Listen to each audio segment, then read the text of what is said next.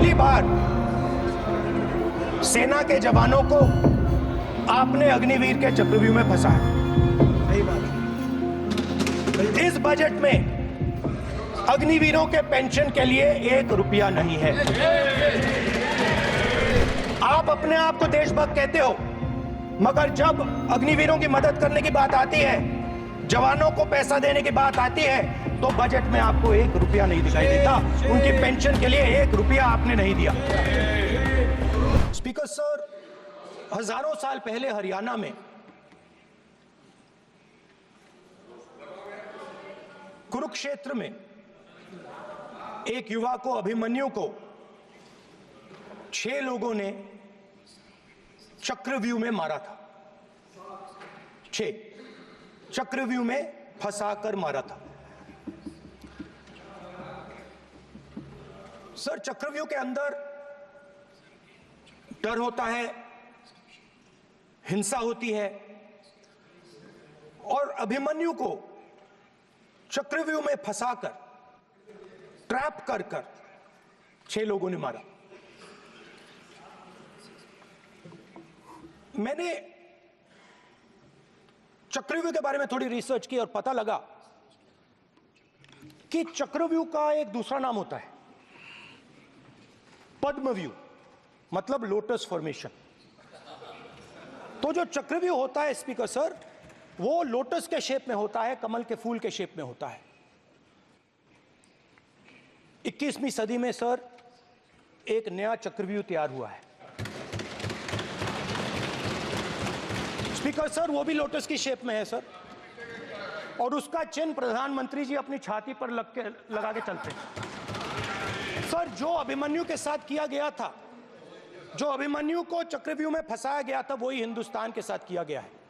हिंदुस्तान के युवाओं के साथ, हिंदुस्तान के किसानों के साथ, हमारी माताओं बहनों के साथ, स्मॉल बिजनेसेस के साथ, मीडियम साइज बिजनेस के साथ। सर, अभिमन्यु को 6 लोगों ने मारा था। उनके नाम द्रोणाचार्य, कर्ण, कृपाचार्य, कृतवर्मा, अश्वत्थामा और शकुनी। सर, आज भी चक्रव्यूह के बीच में 6 लोग हैं। सर, चक्रव्यूह के बिल्कुल सेंटर में, चक्रव्यूह में हजारों लोग होते हैं सर, मगर उसके बिल्कुल सेंटर में 6 लोग कंट्रोल करते हैं। तो जैसे उस टाइम 6 लोग कंट्रोल करते थे, वैसे आज भी 6 लोग कंट्रोल कर रहे हैं चक्रव्यूह को। नरेंद्र मोदी जी, अमित शाह जी, मोहन भगवत जी, अजीत दोवल जी, अंबानी और अदानी जी कंट्रोल कर रहे हैं। प्लीज, एक मिनट, प्लीज। नहीं सर, बोलने दीजिए। हाँ, आप बैठिए। माननीय सदस्य, आप संवैधानिक पद पर हैं। आपके कई माननीय सदस्यों ने यहाँ पर मुझे लिख कर दिया है कि जो माननीय सदस्य का सदस्य नहीं है, उसका नाम नहीं लें। आपने लिख के दिया है। नो, आपने क्या, आप उसकी पालना करना चाहते हो? स्पीकर सर, गलत। मैं माननीय स्पीकर सर, एक मिनट, होल्ड ऑन।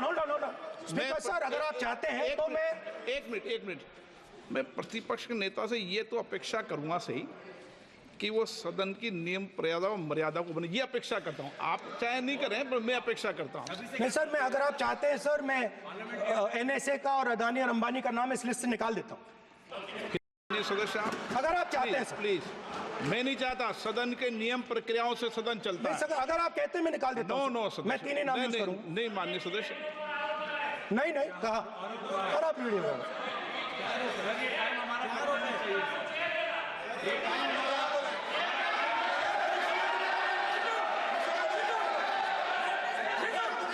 मत उठिए सब, प्लीज। या आप समझाइए। हाँ, आप Speaker sir, the Chakravyu that has captured India has 3 forces behind it. First is the idea of monopoly capital, that 2 people should be allowed to own the entire Indian wealth. So one element of the Chakravyuh is coming from the concentration of financial power. The second element, sir, मैं budget को explain कर रहा हूँ sir. मैं आ रहा हूँ, वहीं आ रहा हूँ sir. So one element is financial power. The second element is the institutions, the agencies, CBI, ED, Income Tax Department of this nation. And the third is the political executive. Speaker, sir, these three together are at the heart of the Chakravyuh. And they have devastated this country. Speaker, sir, my expectation was that this budget would weaken the power of this Chakravyuh. That this budget would help the farmers of this country, would help the youth of this country, would help the laborers, the small businesses of this country. But what I have seen is that this budget, the sole aim of this budget, iski jo niyat hai, it is to strengthen this framework, the framework of big business, monopoly business, the framework of a political monopoly that destroys the democratic structure, and finally the framework of what one can call the deep state or the agencies.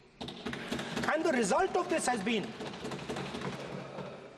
the first पहला काम इस चक्रव्यूह ने क्या किया, जो हिंदुस्तान को रोजगार देते हैं, स्मॉल एंड मीडियम बिजनेसेस हैं, जो करोड़ों युवाओं को रोजगार देते थे, उन पर इस चक्रव्यूह ने आक्रमण किया। कैसे किया? नोटबंदी, जीएसटी और टैक्स टेररिज्म। आप लोग आतंकवाद की बात करते हो, पूरे देश में अगर कोई भी व्यक्ति छोटा बिजनेस चलाता है तो रात को उसको फोन कॉल आता है इनकम टैक्स डिपार्टमेंट से, जीएसटी से, और टैक्स टेररिज्म का वो शिकार बनता है। इस टैक्स टेररिज्म को रोकने के लिए बजट में आपने कुछ नहीं किया है। तो टैक्स टेररिज्म के कारण और ये जो आपकी नीतियां हैं, जो आपने कोविड के समय बड़े बिजनेसेस की मदद की और जो स्मॉल एंड मीडियम बिजनेसेस थे उनको खत्म किया, उसके कारण आज हिंदुस्तान के युवाओं को रोजगार नहीं मिल सकता है। बिल्कुल एक युवा को रोजगार नहीं मिल सकता है। अब फाइनेंस मिनिस्टर बैठी हैं, अब युवाओं के लिए आपने क्या किया? बजट में आपने इंटर्नशिप प्रोग्राम की बात करी और ये शायद एक मजाक है, क्योंकि आपने कहा कि ये इंटर्नशिप प्रोग्राम सिर्फ हिंदुस्तान की 500 सबसे बड़ी कंपनियों में होगा और 99% जो हमारे युवा हैं उनको इस इंटर्नशिप प्रोग्राम से कुछ लेना देना नहीं, कोई फायदा नहीं होने वाला है। तो आपने पहले टांग तोड़ दी और उसके ऊपर आप बैंडेड लगाने की कोशिश कर रहे हैं। मेन मुद्दा आज युवाओं का एग्जाम पेपर लीक है। जहां भी हम जाते हैं, आपने बेरोजगारी का चक्रव्यूह बना दिया इनके लिए, और जहां भी हम जाते हैं वो कहते हैं देखिए बेरोजगारी है मगर पेपर लीक भी होता है। तो आपने एक साइड पेपर लीक चक्रव्यूह, दूसरी साइड बेरोजगारी चक्रव्यूह। पेपर लीक मैं आपको बताता हूं 10 साल में 70 बार हुआ है। अगर आप जानना चाहते हैं, 10 साल में 70 बार हुआ है। तो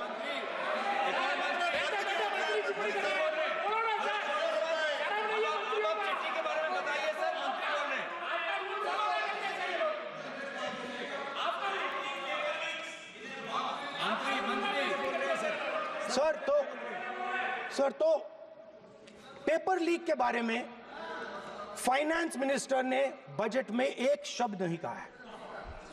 युवाओं के लिए पेपर लीक सबसे जरूरी मुद्दा है, उन्होंने एक शब्द नहीं कहा है पेपर लीक के बारे में। एक बार उन्होंने पेपर लीक नहीं कहा और उल्टा जो एजुकेशन बजट में पैसा देना चाहिए था वो आपने 20 साल में सबसे कम पैसा दिया है। 2.5% of budget is gone to education. Sir दूसरी तरफ आपने